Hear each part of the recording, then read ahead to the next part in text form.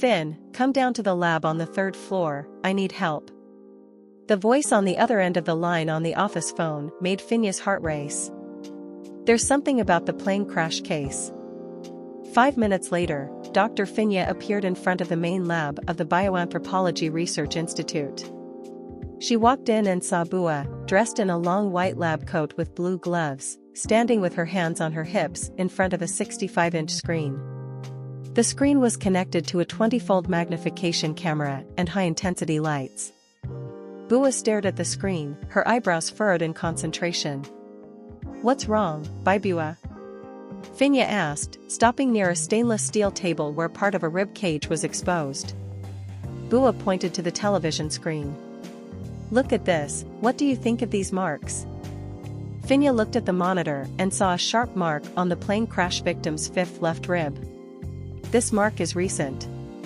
Have they identified this person yet? Not yet. But I found this and called you to take a look first. Are there any other marks elsewhere? Not yet, Bua replied. What do you think of these marks? I'm not sure, Finya said. From the shape of the cut, I don't think it's a bladed weapon. The mark is too wide and rounded. If it were a blade piercing, the cut would be narrow, like a slit or triangular. But this mark... A bullet, Bua interrupted. Could it be that? It's possible, Finya replied. Considering the effect of the bullet's spin when it hits the bone, it could cause an injury with this type of cut. Or any object long and rounded enough to penetrate and cause damage. In that case, it would have to be used with considerable force. Do you think this happened before or after the accident? Finya didn't answer right away. She just moved to adjust the camera's zoom, magnifying the image 40 times and examining the mark more closely. It's hard to say, but the mark is recent. If it happened before or after the accident, it was in a short space of time. There are no signs of healing, and even though it's rounded, the injury is still very clear. I knew something was wrong with this case, Bua exclaimed. A plane crash victim with a bone injury caused by a weapon? The more we investigate, the stranger it gets. She looked at the screen for a moment before picking up the camera and taking photos to send to the forensics team. None of this is normal since the skull appeared on the scene. Finya agreed. By the way, how is the dating process going? I called yesterday. They said there are still 2 cases left in the queue. They'll probably start the analysis next week, Bua replied. Right, Finya replied. And about the skull x-rays you mentioned, have you gotten them yet? I did, but I haven't opened the email yet. I'll open it later and send it to you. Since I'm here, I can help, Finya offered. Thank you, Dr. Finn, you're always so kind, Bua replied, causing Finya to tilt her head slightly, which she followed with a soft smile. I'm kind to everyone. But with you, of course I always want something in return, Finya said with a mischievous tone. How cruel, Bua immediately retorted. If you want me to stay nice, come to my room tonight, Finya whispered, leaving Bua uneasy, quickly looking around to see if anyone had heard. Please, I just want to sleep, Bua replied in a soft, almost pleading voice, which made Finya's heart race. Please. Don't think I'll give in so easily, but I'll take pity on you. Dr. Finn, you're always so kind, Bua joked again. If you say that again, I'll stick an L1, first lumbar vertebra, down your throat, Finya threatened, laughing, as she reached out to grab the bone, but Bua was faster and took it out of her reach. Bring the list of victims so I can take a look. Go get it, it's on my desk, Bua said, nodding to the desk in her office, which was in the next room, separated by a large glass window. Finya gave her a disapproving look before going to get the papers. When she came back, Bua asked, Are you looking for something in particular? I don't know for sure. Most of the information says that almost all of the victims worked in private businesses, Finya replied, frowning as she thought. They probably rented a private plane to travel and discuss business at the same time. Do you recognize anyone's name? How would I recognize anyone? I don't watch the news, Finya replied. I'm just curious about how one of these individuals managed to own a mummified skull. Some of them probably have strange beliefs, Bua agreed. Actually, I have a hypothesis, but I prefer not to jump to conclusions. It's better to follow the evidence, to avoid any assumptions interfering with the work. I think the same as you, Waloy. And how do you know what I'm thinking? Bua teased, making Finya look up at her, while still focusing on the bones in front of her. Having strange things like that in someone's possession is already weird, but it's even weirder for them to end up in the wreckage of a plane.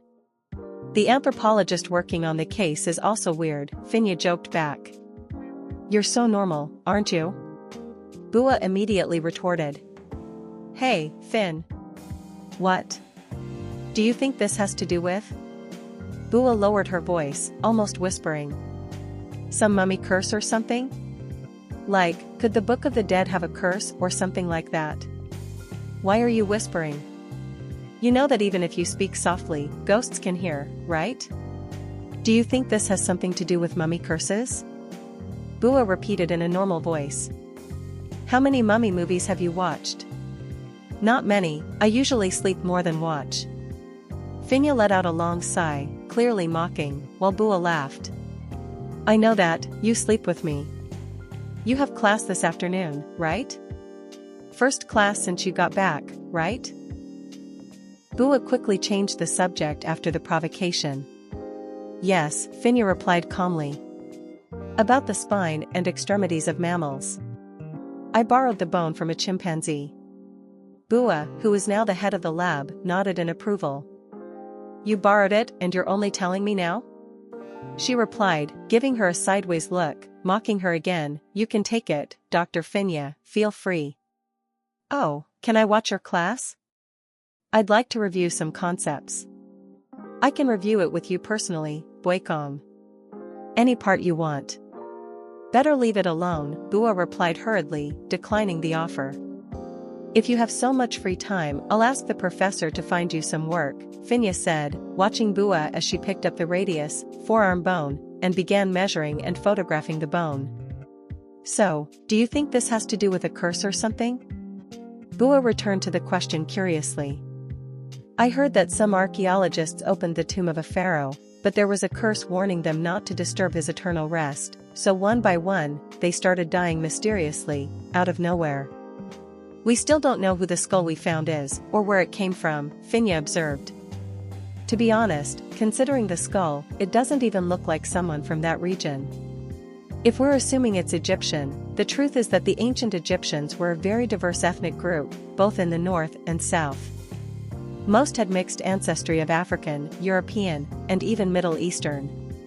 But the mummified skull we found has a rounder face, a narrower lower jaw, and the brow ridges are not as prominent as theirs. The forehead is also narrower. I am more inclined to think it is Asian. Asian? Bua repeated, intrigued. Finya just nodded briefly.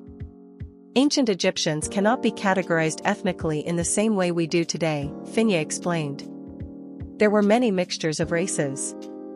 Some regions had light skin, others were darker or tanned, and many people were mixed race. So, when we look, there is a very large morphological diversity. It is not possible to classify as clearly as we do today. At first, I was skeptical. Bua commented, but now I agree with the hypothesis that it was Asian. The doctor continued, when I first saw the skull at the accident site, the upper and lower jaw, the cheekbones, and the shape of the teeth, both in condition and size, reminded me of when I helped excavate a cemetery. But then, I saw the papyrus. I thought it could be something acquired at auction or in trade, since I heard that the sale of mummies is something that still happens. Yes, it still happens, but less frequently, and clandestinely, because it is illegal, Finya commented, providing more details. That is why these relics are difficult to find, and newly discovered tombs are often looted because of this. I heard something about this about 5 or 6 months ago, that a tomb had been looted. But, Finya. Bua spoke as if something had just occurred to her. What if the skull is not from an Egyptian mummy, but from someone from here? It's possible, but remember what you said, that it seems to have been modified? Finya observed. What if it was modified by someone from here? We can't draw that conclusion without knowing for sure how old the skull is or finding more concrete evidence about the facial features. I'll call to speed up the test results, Bua said excitedly. Oh, I almost forgot, Finya commented, as if she had just remembered something.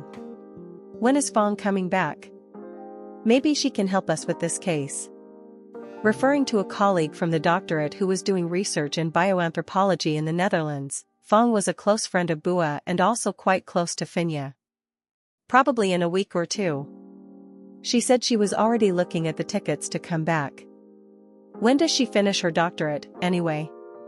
She mentioned in passing that it would be next year, after publishing another article, when she would ask to do the final defense. That's great, that way she can help out, Finya said. Oh, but she's still not sure if that's what she wants to do, Bua replied. After 5 years of studying, she's still not sure?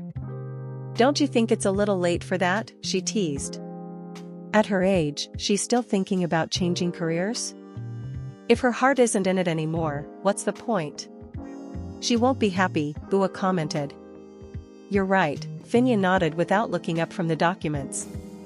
Why haven't we gotten any information about the victims? Because the company didn't want to provide it, they don't even want to give a statement. They're afraid of tarnishing their reputation, explained Bua, who was crouched down in front of the autopsy table. Another possibility is that they rented the plane for something illegal and that's why they're not saying anything, Finya suggested. Oh, I need to call the police and send them the photos of the mark left by the brooch to see if they need any more information, Bua said, offering. You can leave that up to you, Finya replied in an almost authoritative tone. Of course.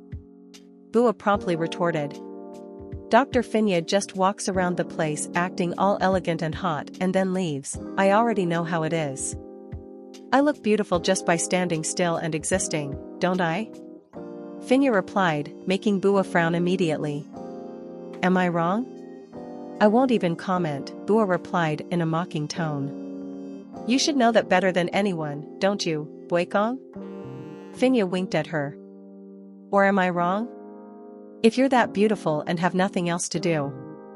Bua sighed dramatically when she saw Finya raise her chin, proud of herself. Come and help me work.